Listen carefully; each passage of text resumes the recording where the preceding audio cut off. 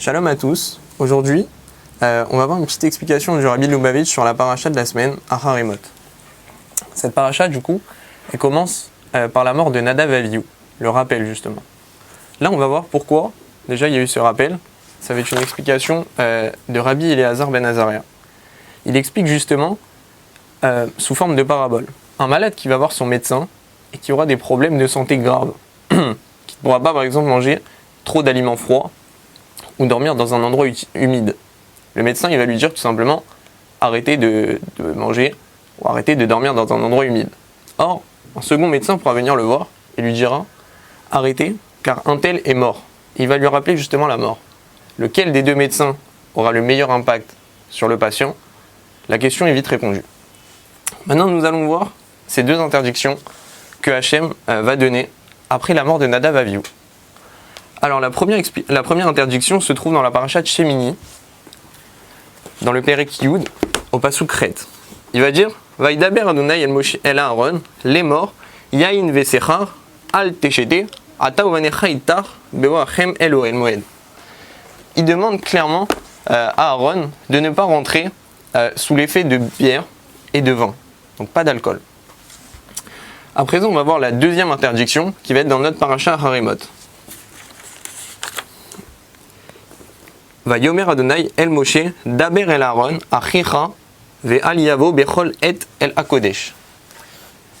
Hachem dit à Moshe, parle à ton frère Aaron et dis-lui qu'il n'entre pas à tout moment dans le sanctuaire.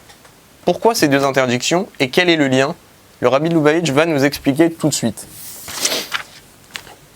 Les fils de Aaron, c'était des tzadikim. Leur faute, qui causait leur mort, c'était justement ce besoin de se rapprocher d'Hachem au maximum, au point même d'en perdre la vie.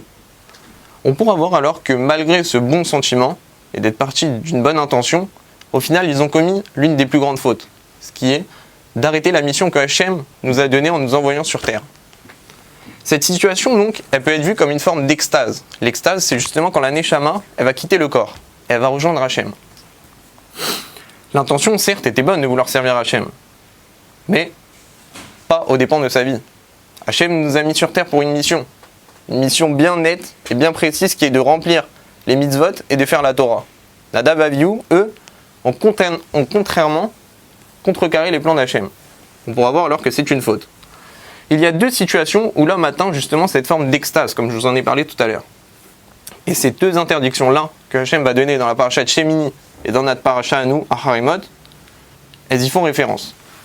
La première situation, c'est qu'il arrive que de grands talmidei chachamim ou de grandes personnes se plongent toute leur vie dans la Torah. Ils ne font que l'étude de la Torah toute leur vie et ne se préoccupent même pas du matériel. Il y a là alors un problème, car ils verront alors le monde comme une sorte d'obstacle au service divin. Hachem, il enseigne aussi que quand le vin entre, le secret sort. Ça, ce sont les chachamim qui nous enseignent ça. Il est donc demandé à un tel homme qui se plonge tout le temps dans l'étude de la Torah de ne pas trop se plonger dans l'étude. Car justement, au point d'en être ivre, il pourra penser que quitter le monde est une bonne chose. La deuxième situation est l'inverse totalement. Un homme qui se plonge que dans la matérialité, que dans les affaires, le business, et qui en oublie même l'étude de la Torah, rendra sa vie amère et lui donnera même le sentiment que sa vie sur terre n'a plus aucun intérêt. Il aura tout eu, il aura de l'argent, il aura des voitures, des maisons, etc. Mais au final, il n'aura pas trouvé le vrai but de sa vie. L'extase, dans ce cas-là, se résout donc à s'enfuir. Peut-être pas pour se rendre proche de Akadosh Baruch Hu, mais juste pour fuir ce monde, avec ses vices. Alors, le jour de Yom Kippour, pour lui, il verra ça comme un moment d'élévation. Il se rendra compte que sa vie n'a plus aucun intérêt. L'extase aura lieu. Hachem met donc l'accent sur le fait que Yom Kippour est un seul jour par an. Une seule fois. Le moment justement où il faut s'élever.